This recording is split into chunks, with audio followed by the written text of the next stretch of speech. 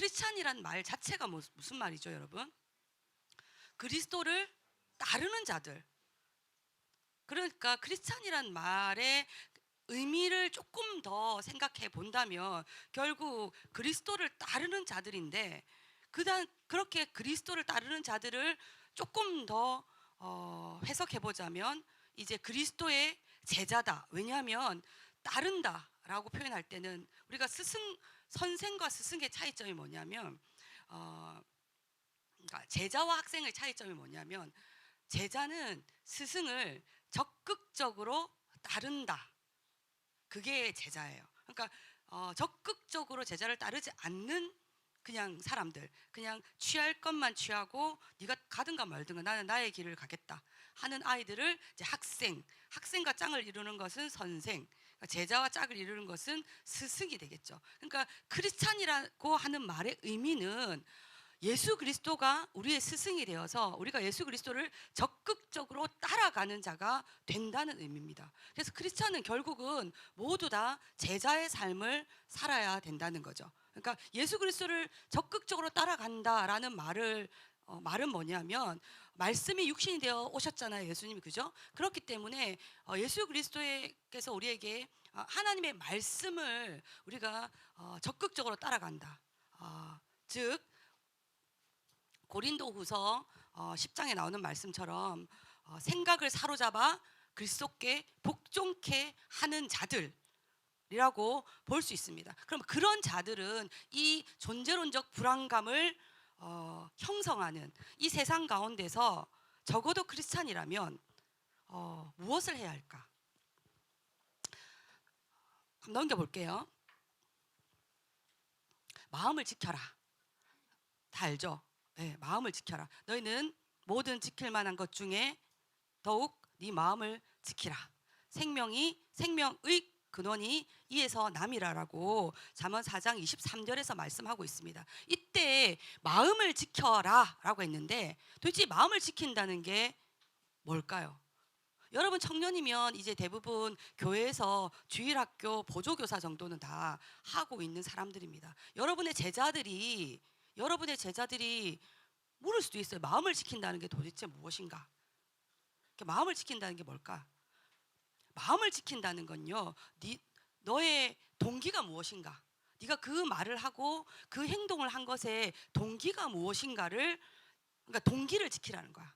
그러니까 마음을 지킨다는 게 너무 추상적이잖아. 도대체 뭔가. 근데 네가 어떤 일을 해요. 이제 지금 수능을 다 본 학생들이 있는데 네가 도대체 수능 공부를 하는 그 동기가 뭔가? 네가 도대체 뭐 때문에 그렇게 하는가? 라고 스스로에게 질문할 수 있어야 된다는 말이죠. 왜냐하면 이 마음을 지키고 마음을 지키는 것, 그래서 마음을 지켜서 어떤 마음? 나의 동기가 하나님 앞에 있는가? 하나님의 나라를 위함인가? 하나님의 영광을 위함인가? 하나님의 일을 위함인가? 라는 동기가 되어야 한다는 거죠. 이렇게 이런 동기를 늘 염두에 두고 살았던 대표적인 사람이 누가 있을까? 너무 많죠. 많아서 말을 못하는 거지, 그죠? 너무 많아서. 사도 바울도 마찬가지일 거고 모든 제자들도 그런 마음으로 살지 않았겠어요? 근데 성경에 나오지 않는 사람 중에 조나단 에드워드라는 사람이 있어요. 그분이 시간의 1분 1초까지도 생각을 집중해서 하나님 말씀 앞에 살기를 굉장히 노력한 것 같아요. 그래서 여러분이 이 청년 캠프를 끝나고 나서 꼭 조나단 에드워드의 일대기라든지 그런 사람들에 대해서 조금 책을 통해서 연구해 본다면 여러분들 시간 관리하는데 굉장히 많이 도움이 될 거예요. 어쨌든 이렇게 과거에 있었던 사람들이나 아니면 지금도 그렇게 살려고 하는 사람들은 결국은 내가 살아가는 모든 것 중에서 이 내 삶의 동기, 내 마음의 동기를 파악하고자 노력했을 것이란 말이에요. 자, 왜 그러면 그렇게 했을까? 넘겨볼게요. 이것 때문이죠. 이심전심. 이심전심이 뭐야? 네 마음이 내 마음이다는 소리잖아. 그러니까 네 마음이 내 마음이다는 말이 뭡니까? 예수님 마음이 내 마음이다 이 말이에요. 그러니까 그게 뭐야? 마음의 동기를 살핀다는 거죠. 그래서 내가 이게 뭐 무엇이 중요한디 말 들어봤죠, 그죠? 곡성인가 나오나 이게? 이게 무엇이 여러분 인생 가운데서 여러분 스스로에게 질문해 보세요. 무엇이 중요한데 도대체? 뭐가 중요하냐는 거죠. 그러니까 우리에게 중요한 것은요, 우리의 마음이 하나님 마음과 이심전심인가를 늘 살피는 것. 결국은 승리하는 경건 생활을 그냥 강의 여기서 마쳐도 돼요. 승리하는 경건 생활이라고 한다면 내 마음이 주님 마음과 합해져 있는가? 이것을 살피는 게 승리하는 경건 생활이에요.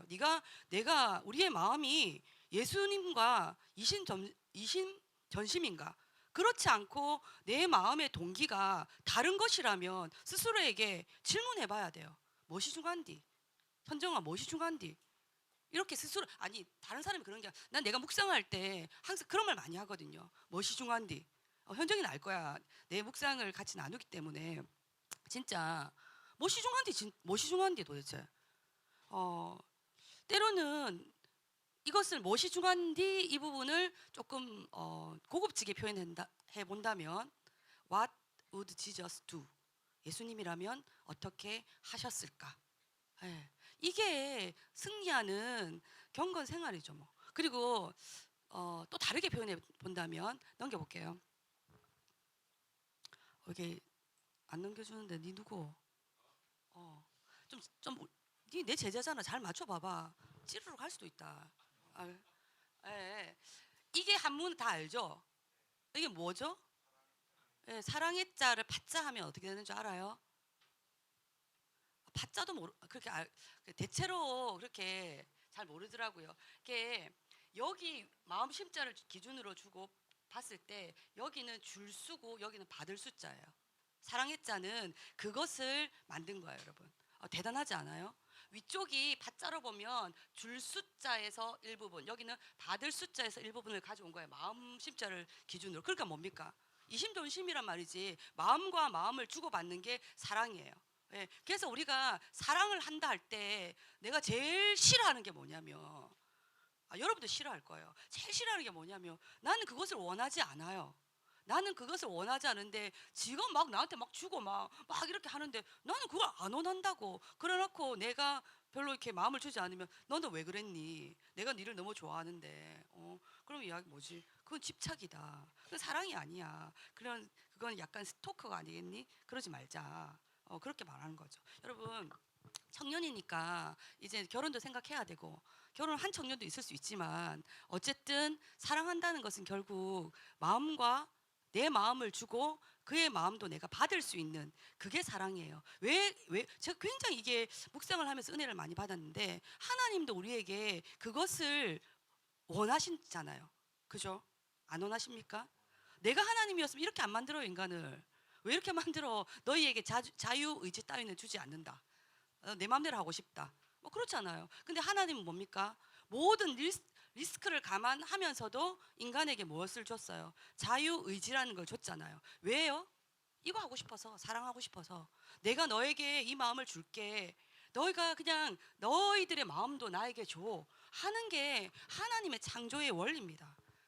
그래서 우리가 점검해 봐야 될 게 뭐냐면, 여러분 승리하는 경건 생활이라고 했잖아요. 그러니까 지금 내가 말한 거, 마음을 지키는 것, 마음 이심전심, 마음을 주고받는 것, 사랑하는 것, 이게 다 경건이에요. 경건을 뭐라고 합니까? 영어로는 godliness라고 하잖아요. 그죠? God가 들어가요. 그러니까 결국은 우리가 경건하다는 것은 승리하는 경건 생활을 살려고 한다라고 하면 전제 조건이 있어요. 네가 하나님을 만났는가? 네가 하나님을 사랑하는가? 하나님을 두려워하는가? 그러니까 어쨌든 사랑하고 두려워하고 이렇게 하려면 관계를 맺어야 되잖아요. 그죠? 내가 하나님을 만나지 못한 사람에게, 내가 하나님을 만나지 못한 아이에게 네가 하나님 사람인데 이렇게 해서 되겠냐? 이렇게 말하는 것 자체가 뭡니까? 말이 안 되는 소리죠. 전제 자체가 없는데 어떻게 증명할 수 있습니까? 무슨 말이냐면 일단은 내가 경건한 삶을 사는가, 즉 내가 하나님을 사랑하는가라는 것에 대한 답변을 하려면 하나님을 만나야 돼. 하나님을 만나지도 않았는데 네가 하나님을 사랑하는가, 뭐 경건한 삶을 사는가, 이따위를 물어본다는 것 자체는 잔인한 거예요. 저는 그걸 잔인하다 표현하거든요. 왜냐하면 그 아이가 아무것도 모르는데 그것을 강요하는 것은 내가 가지지 못한 것에 대한 것을 내놓기를 요구하는 것이 잔인함이지 않아요? 그러니까 때로는 우리가 하나님을 굉장히 사랑하는 사람들이 굉장히 폭력적이고 굉장히 잔인할 때가 많아요. 본인이 하나님을 굉장히 사랑하기 때문에 하나님이 나를 만나 주셨던 그리고 기다려 주셨던 그 은혜를 망각하고 간과할 때가 굉장히 많아요. 그래서 우리는 어저께 이제 제 제자 중에 아주 사랑하는 제자가 있어가지고 한 해가 군에 간다고 이렇게 와서 같이 이렇게 나누는 가운데 사람인가, 우선을 봤을 때 사람이 우선인가 사역이 우선인가라고 나누는 과정 가운데서 우리 뭐 내 제자들이니까 다 똑같더라고요. 사람이 우선이다. 이때 인본주의적인 관점에서의 사람이라고 말하는 게 아니라 다른 말로 사람이 우선인가 일이 우선인가 라고 세상은 여러분한테 물을 수도 있고요. 제가 우리가 크리스찬으로서 크리스찬의 입장에서 묻는다면 사역이 우선인가 영혼이 우선인가, 여러분 잘 생각하셔야 돼요. 뭐냐면 대체로 청년의 열정이 과하여 영혼보다 사역이 우선일 때가 굉장히 많습니다. 그래서 하나님 일을 한다고 내가 굉장히 열심히 하는데 결국은 단 한 명의 영혼도 남기지 못할 때가 많습니다. 근데 여러분 기억하셔야 돼요. 우리는 적어도 우리가 예수 그리스도를 나의 주 나의 하나님으로 만났고 십자가의 그 구원의 복음이 내 삶의 승리의 복음이 된다면 우리는 누가 여러분한테 물어보더라 하더라도 너의 비전이 뭐냐라고 물었을 때 하나님의 나라입니다라고 대답할 수 있어야 돼요. 그리고 그 대답의 근거도 확실해야 돼요. 왜냐하면요, 우리는 누구를 따라간다고 했죠? 전제가 예수 그리스도를 적극적으로 따라가는 사람들입니다. 예수 그리스도는요, 공생애의 첫 시작부터 회개하라, 천국이 가까웠느니라고 하나님 나라에 대해서 이야기하셨고 3년 내내 하나님 나라에 대해서 설명하시고 이야기하시고, 그리고 십자가에 달려 돌아가시고 3일 만에 부활하셔서 40일 동안 세상에서 있으면서도 끝까지 하나님 나라에 대해서 이야기하시다가 승천하시는 그 순간까지도 하나님 나라에 대해서 이야기하셨어요. 그러면 예수님의 눈이 어디에 있다? 예수님의 그 비전이 뭐라는 걸 알 수 있어요?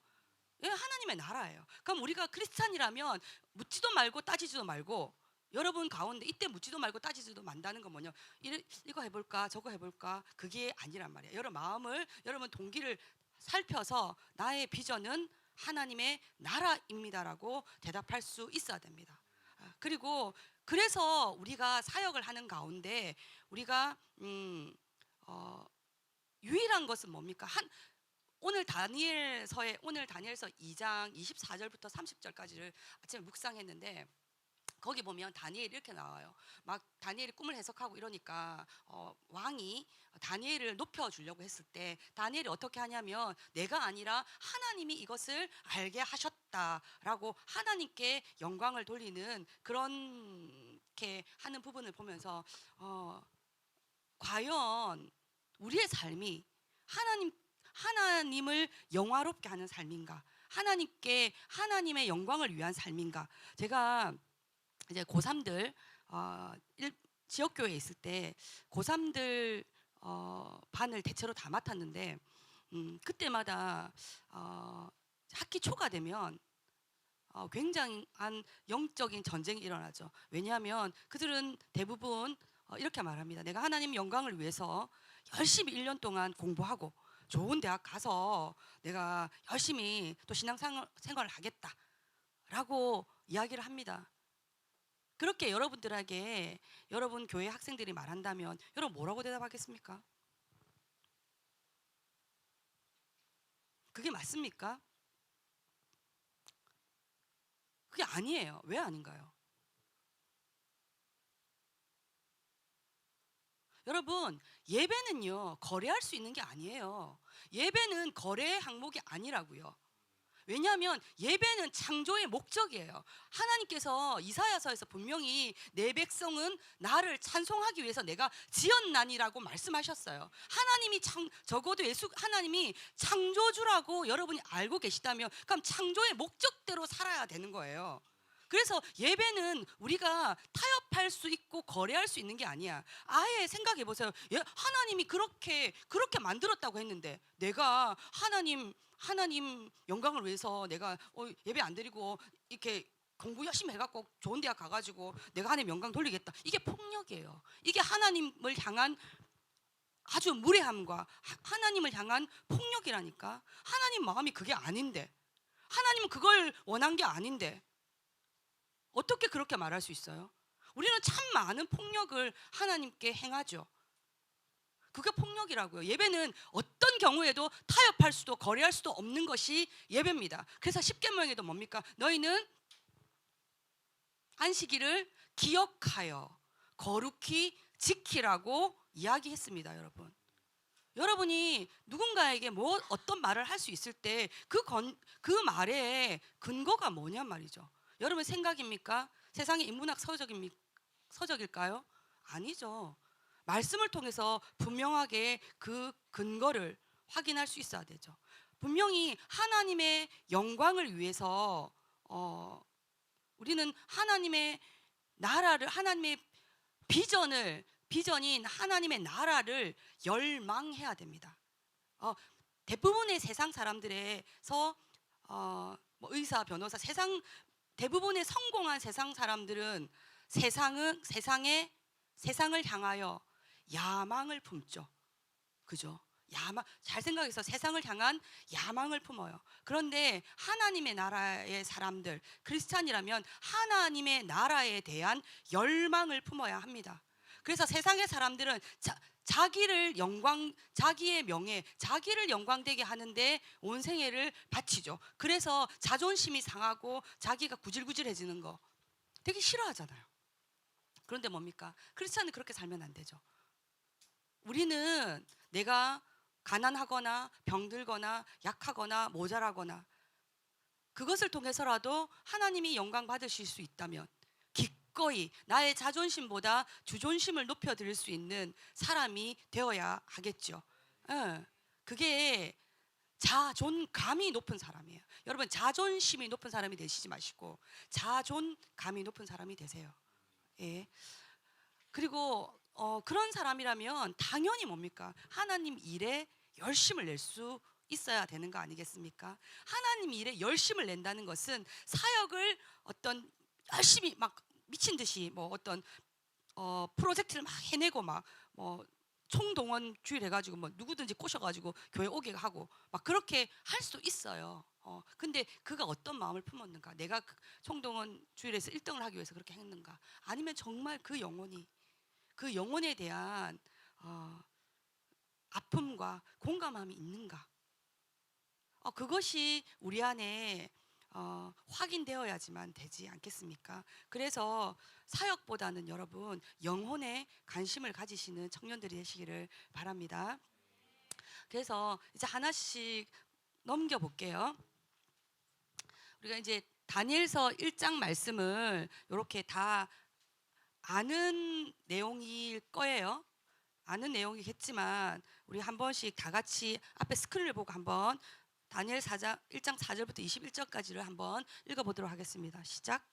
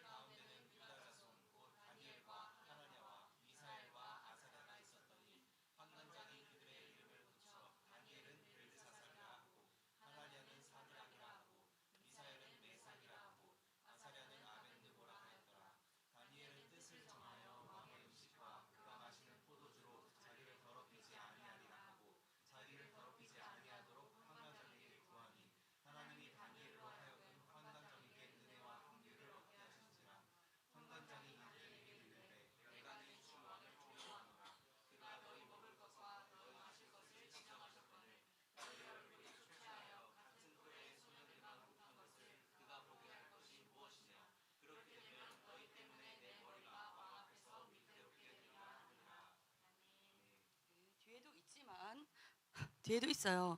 넘겨주시고요. 뒤에는 읽지 않고 넘어 이렇게 돼요. 근데 우리가 이제 아까 말했잖아요. 우리가 하나님 앞에 경건한 삶을 살려고 한다라고 한다면 먼저 하나님을 만나야 돼요. 그래서 승리하는 경건한 삶. 네, 저는 이제 우리 디렉터 니시 선교사한테 받기에는 승리하는 경건한 삶의 꿀팁 이렇게 왔어요. 그래서 어쨌든 그렇게 가지려면 첫째 우리는 그 마음을 이심전심 사랑하는 그 마음을 확인해가는 과정이 필요하겠죠. 그래서 첫 번째 우리가 품어야 되는 마음, 그것을 뭐라고 하냐면 초심이라고 합니다. 초심은요, 넘겨볼게요. 초심은 뭐냐면 이런 거죠. 우리 믿음으로 결과를 보장하지 마라라고 말하고 싶어요. 왜냐하면 우리가 예전에 이런 애들이 있었어요. 어떤 애들이 있었냐면 그 마이클 선교사님이 원래 눈이 안 좋으셨어요. 근데 이제 하나님을 선포하고 믿음으로 이제 안경을 탁 벗고 이렇게 하면서 시력이 이렇게 돌아왔다. 그런 말을 듣고 많은 학생들이 그 비싼 안경들을 다 부러뜨려 가며 렌즈를 빼가며 그렇게 했는데 자기들은 눈은 돌아오지 않았다. 그래서 하나님은 왜 이런가? 그래서 하나님 왜 그런가 하고 내가 그때도 니는 왜 그런가? 그렇게 이야기했거든요. 뭐냐면 우리는 때로는 착각해 해요. 그러니까 우리는 믿음으로 내가 이렇게 믿기 때문에 이러한 결과가 날 거야라고 그걸 믿기 때문에 그렇게 내가 하나님을 그렇게 믿으면 그러한 결과가 날 것이라는 그렇지 않단 말이야. 그것을 보장하지 말란 말이야. 스스로에게도. 그렇지 않을 수도 있어요. 우리 클라라 선교사도 그렇게 고3 동안에 안 믿는 집안에서 주일날 그렇게 하나님께 예배드리기 위해서 월요일부터 토요일까지 미친 듯이 공부하고 정말 주일날은 새벽부터 가가지고 청소부터 시작해가지고 밤늦게 청소 마칠 때까지 교회에서 그렇게 살았는데 대학 수능 바로 갔을 때 교통사고 나가가지고 수능을 거의 밥 말아 먹었잖아요. 그래서 클라라 선교사가 3개월 동안 술을 좀 마셔주시면서 좀 교회에 떠나 있다가 근데 이게 아니다 해서 이제 CCC 들어가고 그런 스토리를 여러분 못 들었나요? 그렇답디다. 그러니까 뭡니까? 결국은 뭐예요? 내가 이렇게 했을 때 실망했다는 거지. 내가 이 정도로 하면 이러한 결과가 나올 것이다. 여러분 절대로 그렇지 않습니다. 믿음으로 결과를 여러분 보장해서는 안 됩니다. 그러니까 우리가 그렇게 아까 우리가 마이클 선교사가 안경을 벗고 이렇게 하면 할 것이라는 거는 마이클 선교사님께 기도하고 막 이렇게 하는 가운데 그러한 감동이 왔기 때문에 그래요. 누구로부터 왔단 말이에요? 하나님께로부터 왔기 때문에 마이클 선교사가 그렇게 할 수 있었는데 그 외에 사람들 안경을 벗어 뽀개고 한 애들 뭡니까? 그 감동이 하나님께로부터 온 감동이 아니라 마이클 선교사님께로부터 온 감동이기 때문에 그게 안 되는 거예요. 잘 아셔야 돼요. 그래서 우리가 뭔가를 확신한다는 것은 믿음의 결과가 아니라 믿음의 선택이어야 한다는 거죠. 대표적인 게 다니엘에 나오는 거 있잖아요. 내가 금신상에게 절하지 않겠다. 그럴 때 아주 딱 나오는 게 있잖아. 그리 아니하실지라도 하나님이 나를 죽게 하지 않을 거야. 그리 아니하실지라도 내가 풀무불에 타 죽는다 할지라도 나는 그러지 않겠어. 그게 그들의 동기였다는 거지. 마음을 잘 지켰다는 거죠. 여러분 그것을 잘 생각해 보셔야 돼요. 그리고 실제로 있잖아요. 다니엘도 그 조서 이렇게 나와요. 몰라서 그런 게 아니야. 조서에 어인이 찍힌 줄 알고 당연히 알았겠지. 지가 총리인데 알고도 하루에 3번씩 문을 활짝 열어놓고 이렇게 절했다라고 이야기하잖아요. 이게 뭐냐면 다니엘의 배짱이에요. 다니엘의 인생 가운데 쭉 살아오신 하나님이 경험하면서 다니엘도 마찬가지가 표현은 안 했지만 그래 안에서 내가 사적으로 들어간다 할지라도 상관없어. 왜요? 다니엘은 늘 다니엘의 살아왔던 그 인생 가운데서 다니엘이 모든 어떤 행정을 이끌어 가거나 또는 기타 다른 어떤 정치적인 역량을 발휘해 나가거나 행정적인 어떤 그런 일들을 해 나갈 때 그런 모든 지혜의 원천이 어디 있었단 말이죠? 하나님께 있었단 말이에요. 그래서 그런 하나님께로부터 능력이 온다라는 것을 비유적으로 표현하는 게 뭐냐면 이스라엘 성전을 향해서 기도했다는 거죠. 그게 이스라엘 성전을 향해서 기도했다. 그래서 보통 우리가 다니엘 기도할 때는 세 번 기도하는데 꼭 강대상 앞에서 하고 막 이렇게 하라고 이야기하잖아요. 물론 그게 틀렸다고는 생각하지 않습니다. 근데 경건의 모양이라고 볼 수 있어요. 근데 경건의 능력, 실제적인 의미는 뭐냐면요, 그게 아니라 모든 능력은 하나님, 모든 능력, 모든 영감은 하나님께로부터 온다라는 그것을 인지하고 있다는 것이죠. 그래서 우리는 결과를 확신하기 이전에 누구를 확신해야 된다고요? 하나님에 대한 확신이 있어야 된다는 거죠. 네. 자, 여러분 혹시 이렇게 올 수 있어요. 오늘 이번 청년 캠프를 통해서 내가 하나님을 꼭 만나고 말 거야. 근데 여러분 착각하지 마세요. 그래서 이렇게 말했어요. 하나님 만나고 말 거야 라고 이렇게 왔는데 하나님을 자기 못 만났다는 거야. 자기 힘들다는 거야. 그래서 내가 그럼 어떻게 생각하세요? 그 부분에 대해서. 그런 생각 안 해봤어요? 그런 생각 안 해봤어요? 네. 그럼 왜 그럴까요? 왜 그럴까요? 여러분 그 제자들 가운데서도 그렇게 말하는 사람이 있을 수 있어요. 내가 근데요, 이때 우리가 하나 전제해야 될 게 뭐냐면 대장이 네가 아니라는 거야. 네가 지금 가가지고 대통령을 만나 달라고 난리 브루스 탱고 이런 거 다 쳐도 만나주지 않아요. 만나주지 않아요. 그런데 있잖아요. 문득 내가 그 앞에를 지나갔는데 대통령이 나온 거야. 뭐 갈 일이 있어가지고. 예전에 그 노무현 대통령 시절에 그런 일이 있었다면서요. 그 대통령이 뭐 추리닝 입고 이렇게 나와가지고 산책 비슷한 거 하는데 누가 이렇게 다니다가 이렇게 만나고 악수하고 막. 그거 알 수 없어요, 그거는. 그러니까 그것을 주권이 누구에게 있냐면요, 하나님께 있다는 거예요. 내가 만나고 말 거야. 한다고 해서 되는 게 아니고, 근데 그걸 될 수는 있어요. 왜냐하면 청와대 국민신문고 이런 거 한 100번 넘으면 돼요. 그럼 한번 만나주겠지. 그 동일한 마음으로 있잖아요. 그래서 뭐라고 간절히 찾는 자를 하나님께서 반드시 만나신다고 했잖아요. 반드시 만나주십니다. 저는 그런 경험이 많거든요. 죽을 것 같아서 하나님 만나려고 막 이렇게 했는데 그 기간이 1년 넘게 걸렸어요. 근데 가만히 생각해 보면 하나님이 하나님이 우리를 안 만나주고 싶은 게 아니에요. 하나님은 천지에 충만하신 분이 하나님이세요. 그런데 뭐야? 우리가 죄로 인하여 가리워져 있다는 거죠. 지금 블라인드가 내려져 있는데 밖이 보입니까? 밖을 보려면 어떻게 해야 돼요? 블라인드를 올려야 돼요.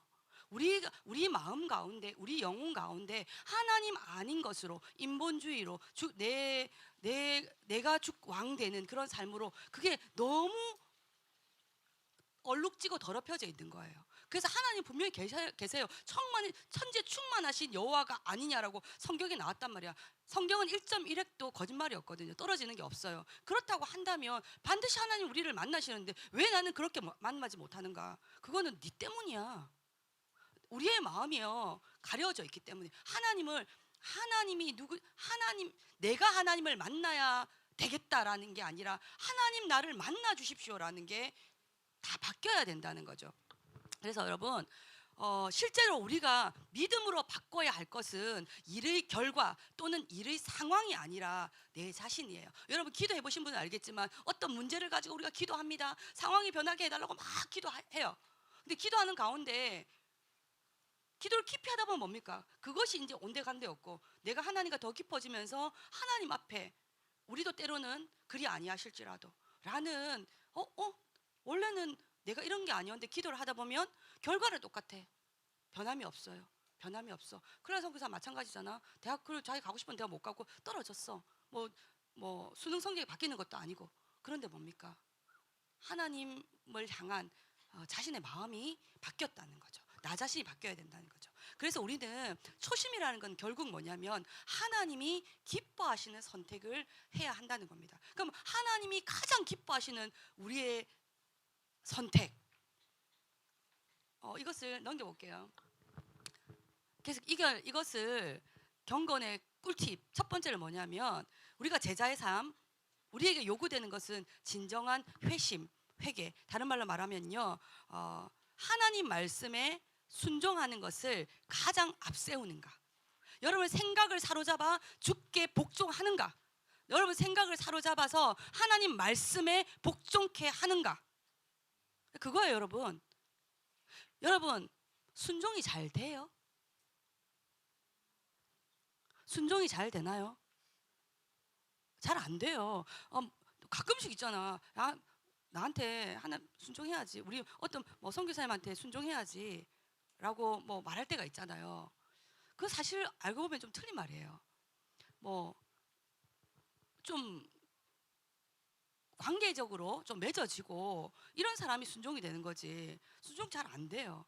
뭐냐면 여러분, 순종이 된다는 것은 어떤 산에서, 여러분 산에서 이렇게 빗물이 흐르는 거 봤어요? 그럼 뭡니까? 그 산에 오솔길이라도 길이 나 있는 것을 찾아서 빗물 주르륵 흐르잖아요. 맞죠? 맞죠? 우리가 복종한다는 건 뭐냐면 순종할 수 있는 환경을 만드는 거예요. 그래서 사도 바울이 굉장히 똑똑한 사람이거든요.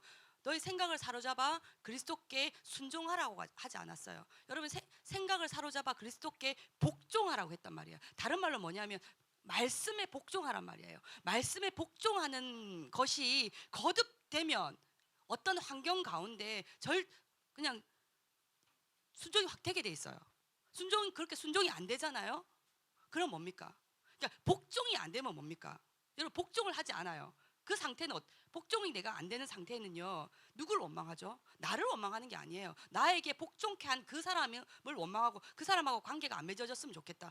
빨리 내가 군에서 제대를 해야 되는데부터 시작해가지고 막 그렇게 되잖아요. 그런데 순종은요, 순종하지 못하게 되잖아요. 마음이 힘들어요. 잘 생각해 보세요. 복종하지 못했을 때는 마음 힘들진 않아요.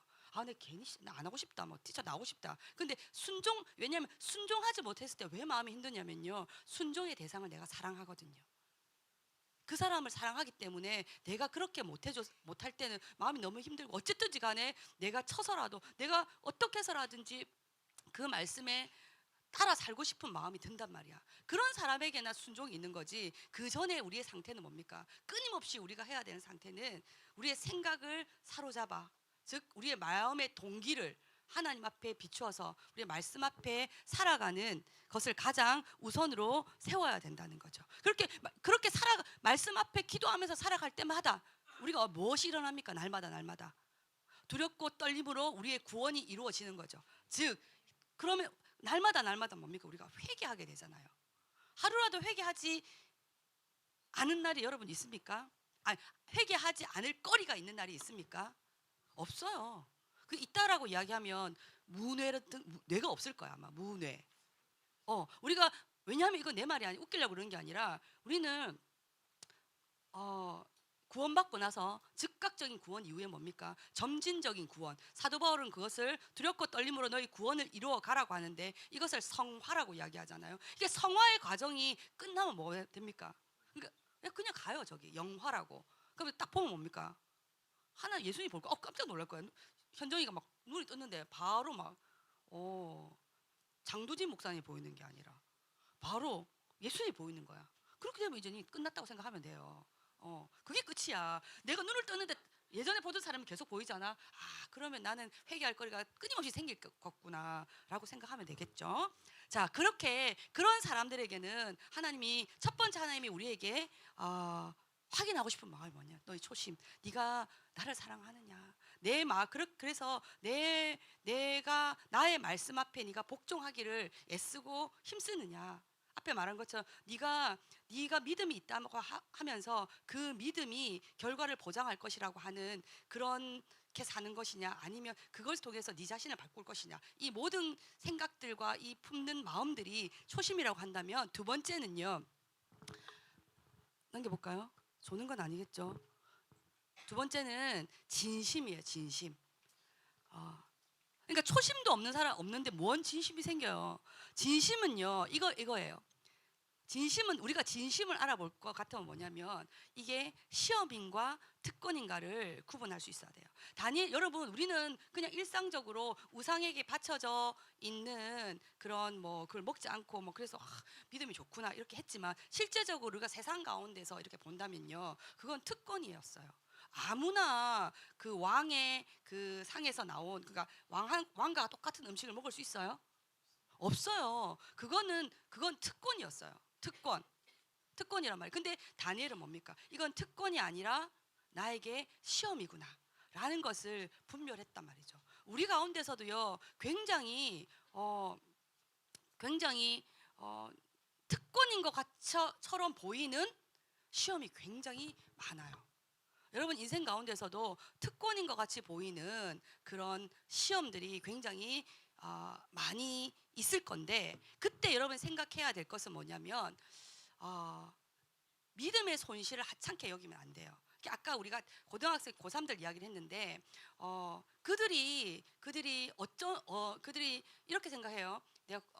나는 원래 예수 믿는 사람이니까 뭐 예배 안 드린다는 말은 별로 안 해요. 안 하고 뭐 내가 대배 빨리 드리고 갔다가 뭐 어떻게 했다가 뭐 예배 중간에 나갔다가 뭐 이런, 절대로 예배를 안 드린다거나 아니면 뭐 예수를 안 믿겠다던가 이런 건 아니야. 전부 다 뭐죠? 1년 정도는 내가 좀 공부하는데 이렇게 하고 난 이후에 그냥 하나님께 영광스럽게 하겠다라고 하는데, 그들이 간과한 게 뭐냐면 아까 말한 것처럼 기본 베이스가 너의 창조의 목적이 무엇인가, 그리고 하나님 뭐라고 말씀하시는가, 그 하나님을 제대로 모른다는 그런 의미가 있었고, 그래서 그들이 간과한 건 뭐냐면 그 1년이라는 인생 가운데서 1년이라는 게 어쩌면 짧은 시간이 될 수도 있잖아요. 근데 그것으로 입게 되는 영적인 손실에 대해서 감안하지 못했다는 거죠. 그것을 절대로 여러분 간과해서는 안 돼요. 그래서 여러분 가운데 주어지는 어떤 특권이라도요, 여러분의 믿음을 회방하는 것은 시험인 거예요. 이럴 수 있잖아. 이제 결혼을 생각했을 때 아니 너무 착하다. 그 여자가 얼굴도 예쁜데 몸매도 되고 막 착하기까지. 그러면서 집안도 빵빵해. 똑똑해. 그래 완전 그래. 어떻게 해야 될까요? 어떻게 해야 될까요, 여러분? 그래서 내가 하나님을 교회 예수 믿기로 하고 결혼을 한다. 이런 사람도 있잖아요. 여러분 이게 맞는 말인가요? 물어보고 싶다. 다시 시집장가 갈 거니까 예수 믿기로 하고 내가 믿지 않는 자들과 멍해를 매지 말라고 하셨는데 그렇다. 어떻게 해야 될까요? 설마 저를 째려보는 건 아니죠? 나는 그런 사람 어떻게 해야 될까요, 여러분? 믿기로 하고 결혼한다. 여러분 그러면 안 됩니다. 절대 안 됩니다. 왜냐하면요, 결혼하지 말라는 게 아니에요. 믿기로 하고. 그럼 뭐냐면 결혼하기 전에 믿어야 돼요. 무슨 말인지 믿지 않는 자들과 사귀지 말라는 게 사귀어야지. 사귀어서 전도를 해야지. 근데 그가 그렇게 나를 사랑해서 내가 사랑하기 때문에 교회 갈 거야 오빠 막 이렇게 하잖아. 그럼 참 가자 교회. 결혼하기 전에. 그러면 뒤에 할 건데 지금 못할 이유가 뭐야? 해서 우리는 기도해야 돼. 더 간절하게 그에게 하나님 믿어지도록. 실제 예인데요. 두 가지예요. 제 스승이 있어요. 영적 스승이 있는데 울산대학교 교수님이세요. 그분은 안 믿는 집안이었는데 그 사모님을 너무 사랑한 거예요. 꼭 결혼하고, 본인 맨날 그러거든. 자기는 장가 가려고 예수 믿었다고. 장가 가려고 교회 간 게 아니라 장가 가려고 예수를 믿었다고요. 이게 핵심 포인트예요.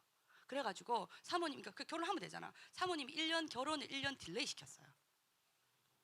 아니 원래 왜냐하면 그래서 이렇게 말했어. 굉장히 현명하죠.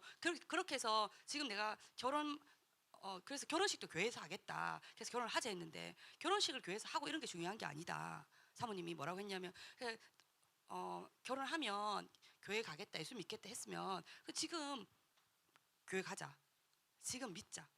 진짜 사랑하면 하는 거지. 못할 게 뭐 있어. 여러분 사랑을 그렇게 우습게 생각하면 안 돼요. 그거 못한다면 사랑하는 거 아니에요. 근데 그래서 그분은 정말 그 사모님보다도 더 영적으로 뛰어난 그런 장로님이세요 지금. 그런데 또 한 사람은 있었어. 뭐냐면 또 다른 분인데 진짜 내 주변에 있는 분이에요. 그래서 똑같이 결혼하면 이번에 이제 바뀌었어. 남자가 안 믿는 사람이야. 여자가 믿는 여자야. 그래가지고 남자한테 이제 그래서 결혼하기로 하고 목사님께 뭐 세례도 받고 이래가지고 결혼했어. 결혼한과 동시에 신혼여행 갔다 오고 나니까 그때부터 회사 일이 바쁘다고 하며 차일피일 미루다가 교회를 가지 않아요. 그래서 얼마나 괴로워하는지 몰라요.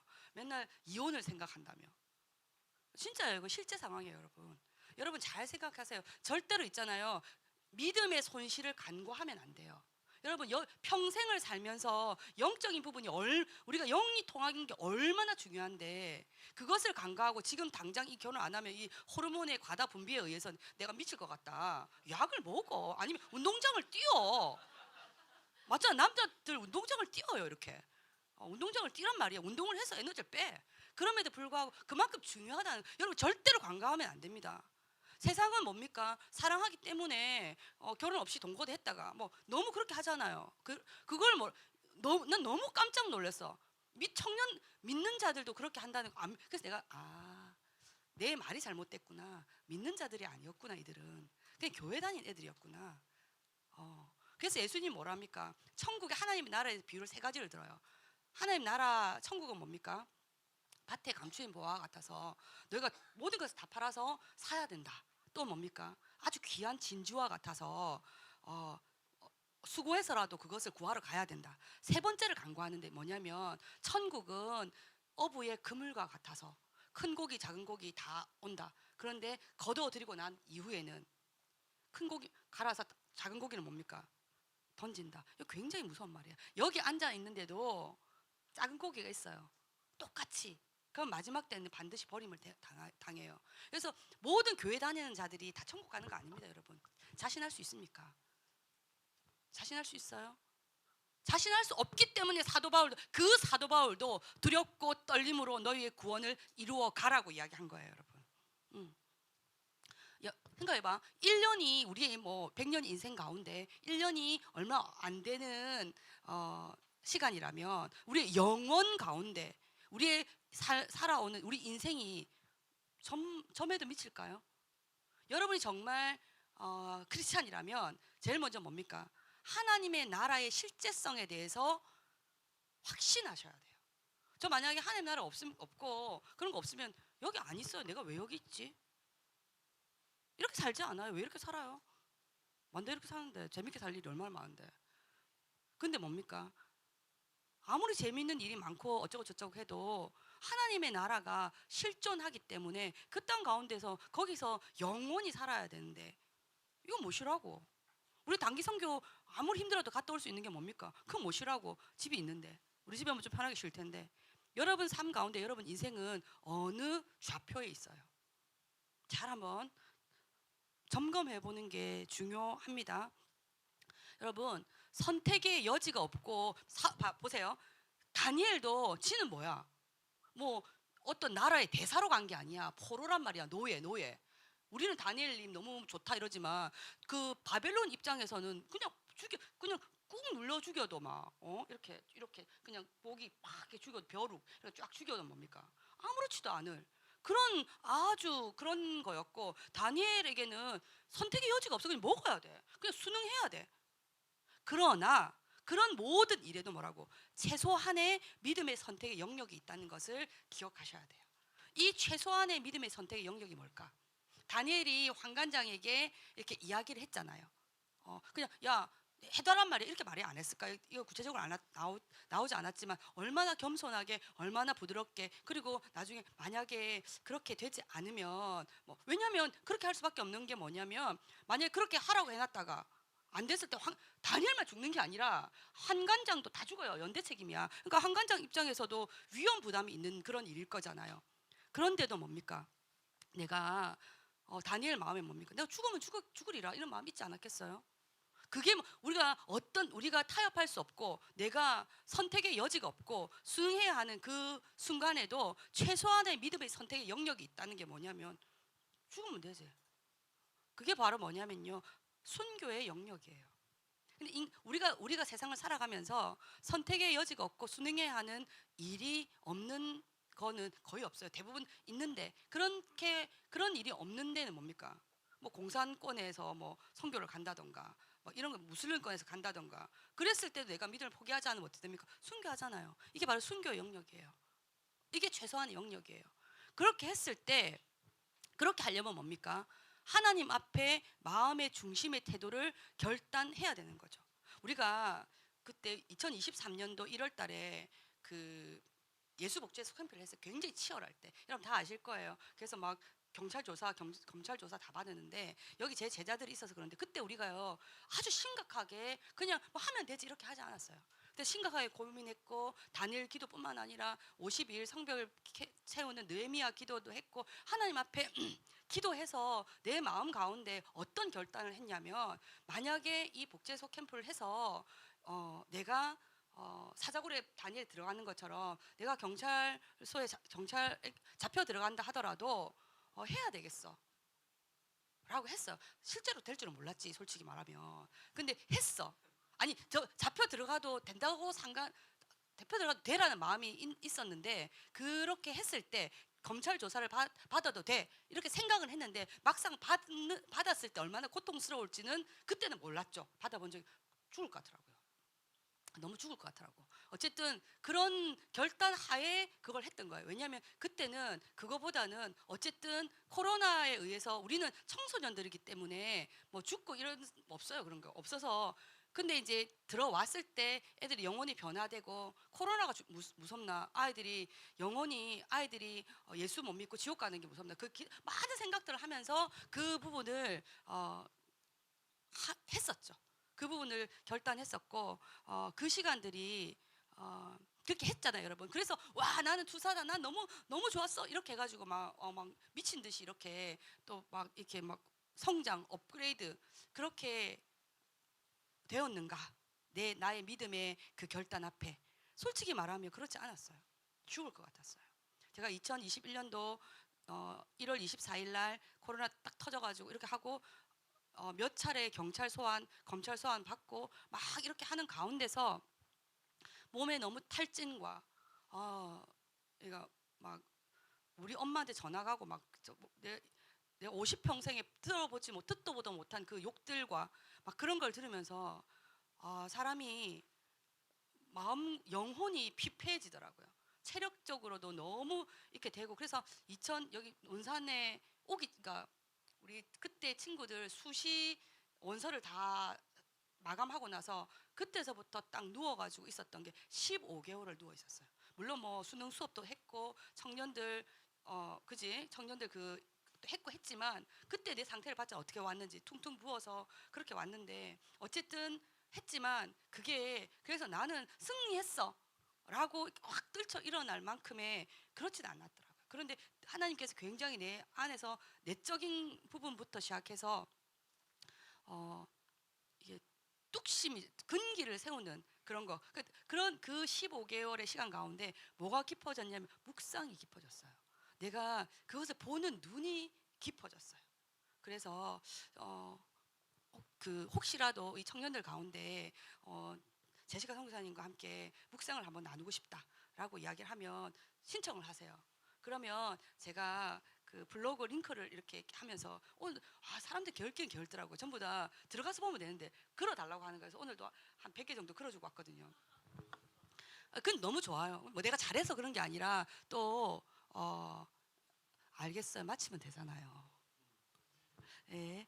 어쨌든 그렇게 그러면서 지금 돌이켜 생각해 보면은 너무 그때 너무 힘들었거든요. 왜 나는 이렇게 죽음의 이런 그 가운데 있나 죽을 것 같았거든. 현정아, 니도 그때 봤잖아, 있었잖아, 그지? 아니 좀 뒤에 왔다. 그래서 어쨌든 그랬었는데 내가 말씀의 깊이가 원래도 저는 묵상을 좋아했는데 묵상의 깊이가 달라지는 걸 보고 하나님이 나에게 무엇을 주셨는 줄 알았어요. 하나님께서 나에게 상을 주셨다는 것을 알게 있어요. 여러분 가운데 여러분이 힘들 때 딱 붙드는 말씀이 뭡니까? 전 딱 두 개가 있거든요. 한 번 죽는 것은 사람에게 정하신 것이요 그 후에는 심판이 있으리라. 기대합니다. 그러면서 연달아서 믿음이 없이는 기쁘시게 못하나니 하나님께 나아가는 자는 반드시 그가 계신 것과 그가 자기를 찾는 자들에게 상 주시는 이심을 믿어야 할지니라. 여러분 믿음이 없이는 기쁘시게 못합니다. 일단 믿음이 있어야 돼. 믿음이 없이는 기쁘시게 못하나니 하나님께 나아가는 자는 반드시 그가 계신 것과 그가 자기를 찾는 자들에게 상 주시는 이심을 믿어야 할지니라는 명령형입니다. 예, 그래서 뭡니까? 그 하나님 앞에 누구든지 믿는 자든지 믿지 않는 자든지 심판받습니다. 여러분, 심판은 두 종류가 있죠. 하나는 맞을 것인가, 하나는 상 받을 것인가. 저는 하나님께서 주실 상을 기대합니다. 여러분, 청년들 얼마나 좋아요. 스타벅스 가서 뭐 먹어도 되고, 여자친구랑 데이트도 해도 되고, 뭐 소파와 무라일체를 이루어도 되고 막 있잖아. 막 할 수 있잖아요. 여러 가지 있는데도 불구하고 여러분 2박 3일이라는 시간을 내어서 이 아름다운 청춘의 이 시간 가운데 하나님을 찾아 나온 여러분 안에 반드시 상 주시는 하나님을 경험하고 만나고 날 살아가면 갈수록 더 깊이 더 세밀하게 만나시는 여러분이 되시기를 바랍니다. 예, 그래서 세 번째, 그러면 그런 진심이 확인된 사람은 어떻게 해야 되느냐? 바로 세 번째 마음이 뭐냐면요, 열심이에요. 그냥 열심 내면 안 돼. 청년들 깨어 있어야 돼요. 적어도 청년이라면 생각이라는 걸 해야 돼. 여러분 머릿속에 뇌가 쭈글쭈글쭈글 해야 돼. 뭐 우동살이 되면 안 돼. 알지? 우동살이 된다는 거. 생각이 없는 것들이란 말이야. 여러분 머릿속은요 아주 꼬불꼬불 맛 좋은 라면이 돼야지. 뇌가 꼬불꼬불해 돼야지. 우동사리처럼 뭐 아무 생각도 없이. 왜냐면 아무 생각도 없이 아무 생각도 없이 우리 목사님이 가라앉다고 우우 갔다가 가라앉다가 우우 그거 아닙니다, 여러분. 반드시 초심과 진심이 확인돼야 됩니다. 그때부터는 뭡니까? 정말 열심을 다해야 됩니다. 하나님 나라를 위해서 최선을 정말 엑설런트한 삶을 살 수 있어야 된다는 거죠. 그래서 열심은 열심이 뭔가 열심히 다 나와버렸는데 또 이게 빨리 또 나오네. 갑자기 됐어, 이미 나왔어. 열심은 뭔가 하면요 딱 이거예요. 진정한 왕이 누구인가. 여러분, 진정 왕이 대체로 요즘 애들 뭡니까? 꼬맹이들 왕은 자기잖아요. 깜짝 놀랐다. 카페에서 막 뛰고 막 그래가지고 내 음료수를 떨어뜨렸는데 미친 거 아이가? 애가 미친 게 아니라 그 엄마가 미친 거 아니냐고. 또라이 아이가. 물론 괜찮다고 이야기했어요. 아니 왜냐면 괜찮다고 이야기했어. 왜? 아니 애가 그렇게 괜찮은데 내가 그렇게 말했어. 아우 애기한테는 괜찮다. 그럼 여기 뛰면 안 되고 그래서 어머니한테는 안 괜찮다고. 어머니 이러시면 안 된다고. 마산에서 내가 좀 많이 승질 안 낸 게 다행이지 뭐. 내 주를 만났기 때문에. 그렇게 하면 안 되거든요. 그런 게 어딨어. 그래서 열심은 뭐냐면 여러분, 열심을 내는 사람은요 날마다 점검해야 돼요. 내가 열심을 내려 하다가 내 의의가 앞설 때가 굉장히 많거든요. 내가 주를 위해서 일하겠습니다 하는 사람은 어떻게 해야 돼? 주님 뒤에 있어야 돼. 주님 뒤에 있다가 주님이 이렇게 돌아보면 뭐 주님과 마주보고 이걸 코람데오라고 하잖아. 맞죠? 주님 뒤에 있어야 되는데 꼭 보면 뭐가 돼요? 최소한 뭐라고? 주님이 허락하시면 주님 옆에 살짝 갔다가 주님 앞은 안 돼. 주님 옆에 가는 게 뭡니까? 아브라함에게 네 내 친구다. 예수님도 뭐라고? 이제 너희를 종이라 하지 않고 친구를 하려. 그 예수님이 그렇게 해주셔야지 친구지. 이것들아, 예수님 나하고 친구 할래요? 또라이야 이거. 안 그렇지 않아요, 진짜? 내가 진짜 내가 형규하고 너무 좋아하거든. 형규 이제 있는데 나의 블로그를 만들어준 친구야. 형 또 만날자. 형규한테 내가 형규가 제시카 나를 너무 좋아해. 그래서 제시카 우리 한번 친구 한번 할까? 이렇게 하잖아. 지가 나한테 막 죽기밖에 더 죽이진 않을 거예요. 죽을 만큼 괴롭힐 수 있어. 그런데 내가 만약에 형규야 우리 친구 하자. 이건 돼. 그렇다고 해서 막 먹으면 안 되지. 내가 친구 하자라고 이야기한 거는 우리가 친근함의 표현이지 니하고 나하고 맘먹자는 표현이 아니야. 그렇지 않아요? 그러니까 우리가 이게 진짜 우리 여러분 잘 생각해서 막 열심히 하다 보면 내가 예수님 앞에 있어. 예수님이 그걸 원하시지 않았어. 근데 지금 그렇게 하고 있어요. 그건 아니에요. 그래서 열심을 내는 사람은 늘 뭡니까? 누가 왕인가? 이거를 생각하고 가야 된다는 거죠. 그래서 누가 왕인가를 늘 생각하면 하는 사람들은요 딱 이거예요. 내가 하나님 한 분만 만족시키면 된다는 마음이 있어요. 그래서 뭐냐면 여러분, 만약에 우리 예배 캠프에 왔는데 예배 캠프를 준비했어요. 근데 아무도 오지 않았어요. 예를 들어 그랬을 때도 예배 캠프를 해야 돼요. 청년 캠프를 했어요. 아무도 오지 않았어요. 그래도 청년 캠프를 해야 돼요. 그게 무슨 말인 줄 압니까? 우리는 누구를 염두에 하지 않는다 라고 안 할 수도 있어. 뭐 여러 가지 사정에 의해서. 그런데 다르게 표현할게요. 내가 목사님이야. 네가 목사님이야. 그런데 성도가 아무도 없어. 근데 너는 예배를 드려야 될까요? 말아야 될까요? 왜요? 예배는 하나님께 드리는 거야. 그래서 여러분 인생 잘 기억하세요. 여러분 인생 가운데서 유효청중, 여러분의 말을 유효하게 들어주는 청중들, 그러니까 그 유효청중들이 아무도 사람을 없다 할지라도 딱 누가 계신다고요. 그러니까 여러분의 삶을 아무도 주목하고 눈여겨보지 않아도 단 한 분은 계시다고. 누구라고요? 하나님이라고요. 그래서 절대 잊어버리지 마세요. 극단적인 유효청중이 있다. 나에게는. 그분이 누구시라고요? 하나님이라고요. 그래서 극단적인 유효청중이 있다는 것을 인지하고 사는 사람들의 삶을 우리는 코람데오라고 이야기하는 겁니다. 그래서 아무도 없이 나 혼자 있을 때도 나는 하나님 앞에서 있는 거야. 그게 뭐냐면 극단적인 유효청중이라는 거야. 하나님 다 들으신다는 거죠. 그래서 우리가 어쨌든지 분주하게 막 열심히 이렇게 살다가도 하나님의 목적과 가치를 향하고 있는지, 진정한 왕이 누구신지 그렇게 확인하면서 가야 된다는 거죠. 그래서 넘겨보면 두 번째 경건의 꿀팁은 두 번째 뭐냐면 늘 내 삶이 하나님과 주님과 동행하는 삶이 되어야 된다는 겁니다. 그래서 예수님과 동행하려면 어떻게 됩니까? 일단 떠나야 돼요. 내가 세상으로부터, 죄로부터 떠나야 되고, 그리고 뭡니까? 그렇게 세상과는요 다른 삶을 살아야 돼요. 그러면서 뭡니까? 다 떠나야 되고, 그리고 누굴 따라야 된다고요? 예수님을 따라야 돼요. 그렇게 하나님 말씀을 따르는 삶을 사는 그들을 뭐랍니까? 좀 다른데? 이 다른데라는 것을 영어로 표현하면 뭡니까? 그 영어로, 제자를 영어로 표현할 때 있잖아. 나는 세상에 있으나 세상의 것은 아닙니다.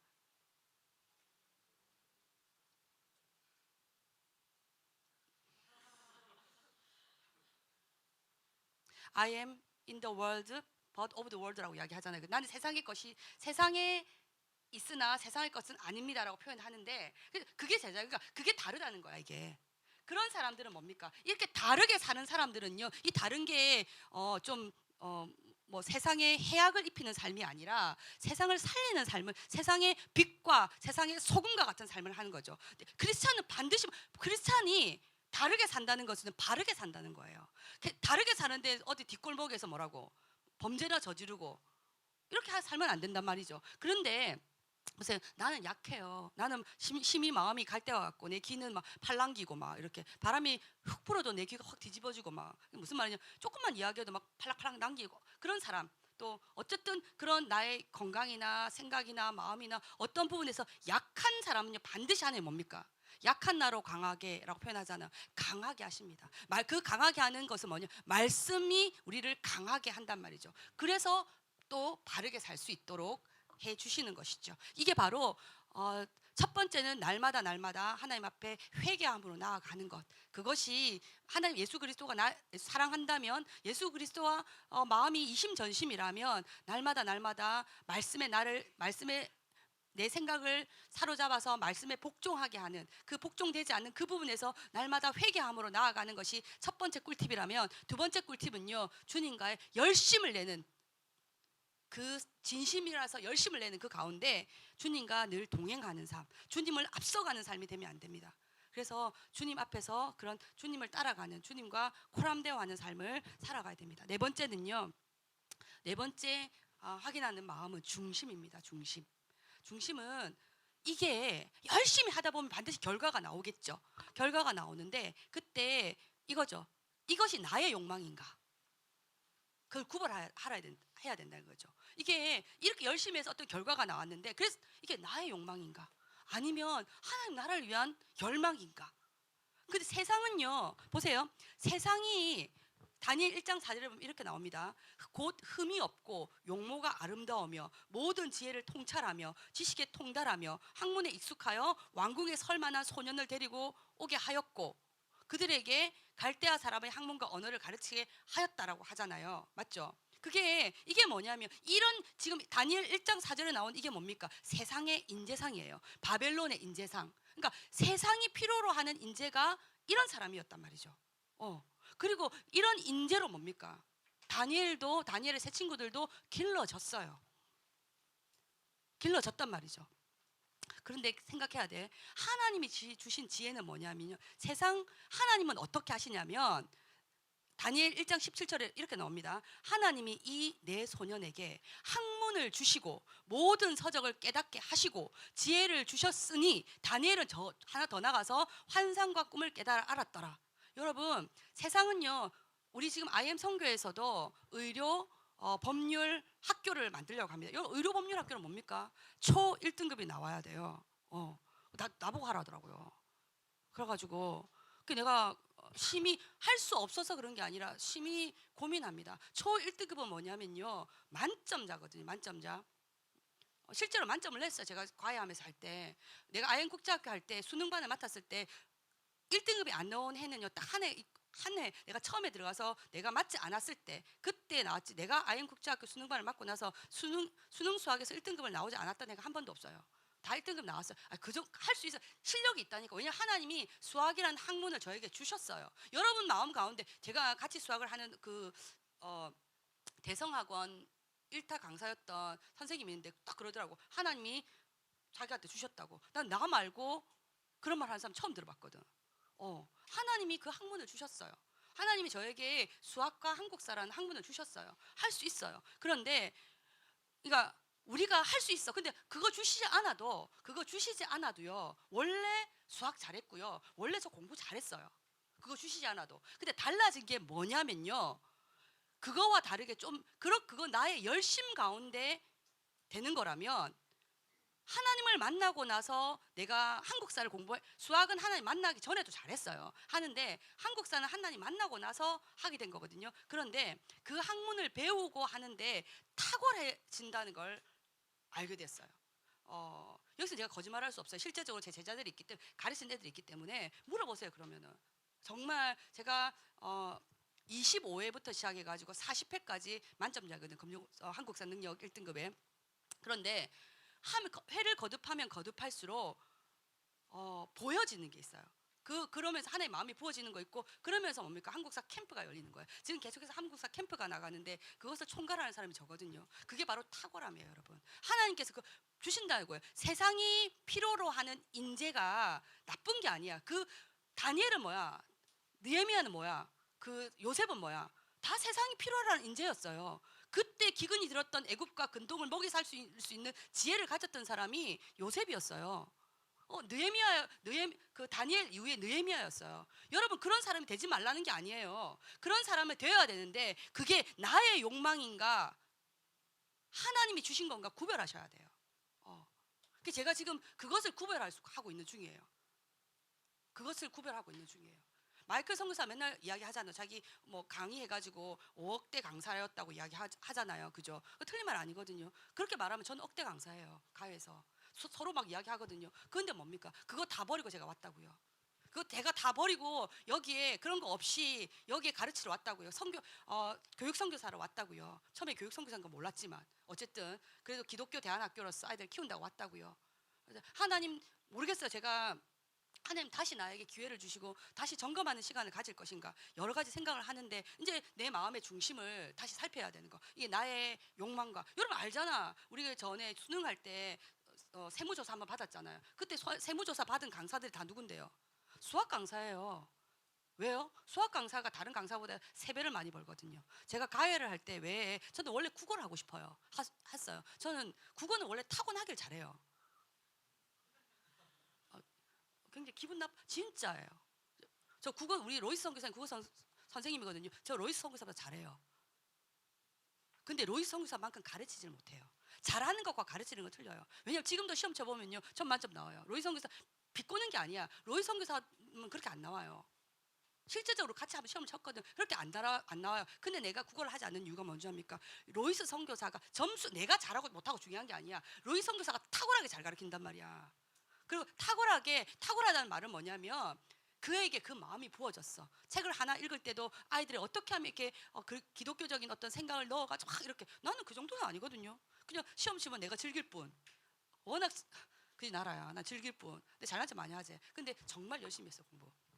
어쨌든 간에 그래서 내가 잘하고 못하고가 중요한 게 아니라 탁월함은 여러분 뭐냐면요. 중요한 거는 타인에게 다른 사람에게 유익을 끼칠 수 있는 거야 돼요. 그래서 우리가 그 위그노들 퓨리타 크리스찬 그 프로테스탄트 했던 크리스찬들이 나왔을 때 특히나 이제 스위스나 이쪽으로 갔던 스위스나 갔던 위그노나 고이센 이런 사람들은 청교도나 이런 사람들은요 이런 슬로건이 있어요. 최고의 하나님께 최선의 것을. 이때 최선이라는 것을 엑설런트라고 하거든요. 그래서 그들이 만든 시계, 스위스 시계 굉장히 유명하잖아요. 아주 정교하잖아요. 그러니까 그래서 그것을만 가지고 자기만 잘났다고 한 게 아니라 다른 사람에게 유익을 끼칠 수 있는 것이 엑설런트란 말이에요. 하나님 그걸 주신다고요. 베리굿이 정도가 아니야. 엑설런트가 된단 말이죠. 그래서 우리가 이것을 구분할 수 있어야 돼요. 왜냐하면 그런 사람들에게는 세상은 뭐라고? 칭송하거든요.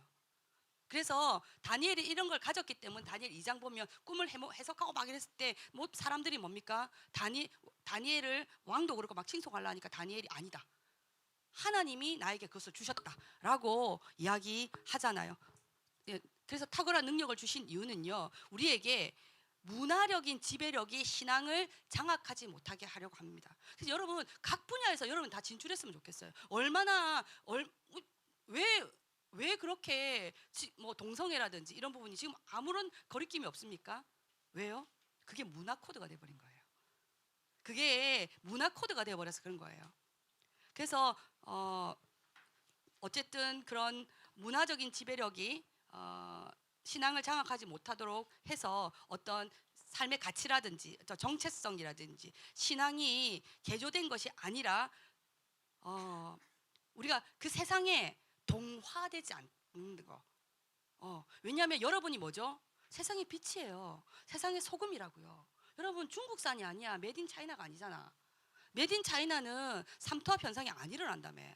소금을 뿌리면 뭡니까? 고등어에서 물이 해가지고 안동 강고등어가 돼야 되잖아요. 그 메딘 차이나는 그렇게 안 된답디다. 그게 뭐냐? 원래 소금을 딱 뿌려지면 그 뿌려진 거기에서 화학작용이 일어나야 되는 것처럼 여러분이 세상에 뿌려지잖아요. 여러분 주위에서요 썩는 게 없어야 돼요. 화학작용이 일어나야 돼요. 이게 바로 하나님께서 탁월한 능력을 주시는 거란 말이야. 하나님은요 여러분 우리를 정말 학문도 주시고 다 주시고 싶어 해요. 그걸 받았을 때 뭡니까? 그래 받아서 세상에 딱 뿌려졌을 때 세상에 동화되지 않고 세상을 하나님 앞으로 돌아오게 하는 그런 일이죠. 그래서 다니엘은 뭡니까? 평생을 뭐라고? 벨드사살로 살지 않고 다니엘로 살았다고요. 그래서 문화와 기술, 지식과 예술, 철학과 사상을 모두 배우고 알아야 돼요. 크리스찬도요 철학책 읽어야 되고요. 노노 중용 다 읽어야 돼요. 읽어서 그 부분을 뭐가 돼야 되죠? 말씀으로 해석할 수 있어야 되는 거죠. 그래서 이렇게 배우는 이유는 뭡니까? 그것에 동화되기 위한 것이 아니라 이것들과 철저히 구별되기 위한 것이고요. 그 분야에서 지혜롭고 능력 있고 탁월하지만 그것으로부터 나는 지킬 수 있는 사람이 되기 위함이죠. 그래서 경건의 꿀팁 마지막 세 번째는요. 우리가 내 마음을 중심이라고 표현했는데 스스로를 속이지 말아야 되는 거예요. 내가 사랑이라는 말과 믿음이란 말과 순종이란 말은 같은 말이에요. 내가 하나님을 향한 충성과 사랑은 나눌 수 없고요. 다른 모든 사랑은 내가 누군가를 사랑한다, 내가 우리 신웅이를 사랑한다 하면 신웅이가 너무 좋아서 사랑하는 게 아니야. 그게 내가 하나님을 사랑하는 그 사랑하는 사랑의 반향이어야 한다는 거죠. 그리고 그분의 나라를 이루는 일이어야 한다는 거예요. 따라서 천국은 믿음에 따라 결정되고요. 그 믿음은 나의 부분이 아니라 전부를 걸고 하나님을 선택하는 일이에요. 그분의 삶, 그리고 그분의 언약과 그분의 이야기를 따르는 그런 일이죠. 그래서 스스로를 속이지 않으셔야 돼요. 내가 하나님을 사랑한다고 하면 하나님을 믿는 거예요. 하나님을 믿는다는 것은 하나님 말씀에 순종해서 사는 삶입니다. 그래서 마지막 다섯 번째는 뭐냐면 그런 사람에게는요 하나님의 페이버가 온단 말이야. 하나님의 도우심이 있습니다. 이런 중심까지 확인된 사람은 반드시 다니엘에게 환관장에게 호의를 있게 하였던 것처럼 요셉이 호의를 입었던 것처럼 그 누가 봐도요 하나님의 호의를 벗는다고 해서 직통으로 하나님 막 이렇게 하는 게 아니에요. 하나님은 세상을 이처럼 사랑하시기 때문에 사람과 환경과 여건을 통해서 호의를, 특히 사람을 통해서 호의를 베푸신다는 거죠. 여러분에게 하나님의 도우심이 있으시기를 바랍니다. 그래서 도우심은요, 넘겨볼게요. 하나님은 믿음의 사람의 삶에 개입하십니다. 헤세드, 환관장의 마음에 그 헤세드의 마음이 가득 찼던 것처럼. 그래서 우리는 반드시 여러분 기억하셔야 돼요. 여러분, 우리는 결과는, 우리의 목적이 뭡니까? 목적은 하나님 나라의 영혼 구원이에요. 그죠? 그래서 우리의 목적은 선합니다. 목적이 선하다고 해서 그 과정이 악하면 됩니까? 그 과정이 불의하면 됩니까? 목적이 선하다면요, 목적에서 하나님이 승리하셨기 때문에 우리는 그 과정 가운데서도 승리해야 됩니다. 선하게 일을 처리해 나가야 된다는 거죠. 그래서 나의 선택이 누군가를 희생시키지 않도록 하나님께 구해야 됩니다. 환관장에게 했던 것처럼 청하오니, 청한다고 했죠. 당신의 종들을 열흘 동안 시험하여 채식을 주어 먹게 하고 물을 주어 마시게 한 후에. 여러분, 그래서 우리는 내가 전도한다는 명분하에 어떤 사람의 인격을 까발리거나 뭐 기타 등등 그런 거 있잖아. 안 됩니다. 하나님 그거 원하시지 않았어. 안 했어요. 하나님은 절대로 그러신 분이 아니에요. 그래서 겸손한 태도, 사려 깊은 제안. 이 내용 자체는 그 자기 리더한테 상관자들에게 반역하는 거였지만 방식에 있어서는 이해와 배려 그리고 지극히 존중함이 있었잖아요. 그래서 절대로 안 되는 건 뭐냐면 독선적이거나 오만하거나 호전적인 것은 절대로 되지 않습니다. 이런 사람에게는 하나님의 도우심이 임하지 않습니다. 그렇게 하나님의 도우심이 임한 사람, 넘겨볼게요. 하나님이 도우심이 임한 사람에게는 반드시 하나님 무엇을 하실까요? 어떻게 알았지?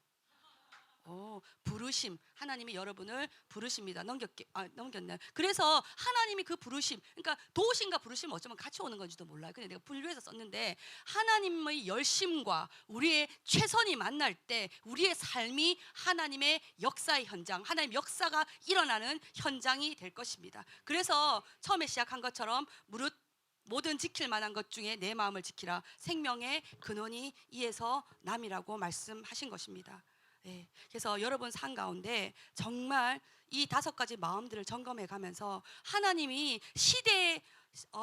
시대적으로 준비한 사람, 이 마지막 시대라고 하잖아요. 시대적으로 준비한 사람이 저와 여러분들이 되시기를 바랍니다. 감사합니다.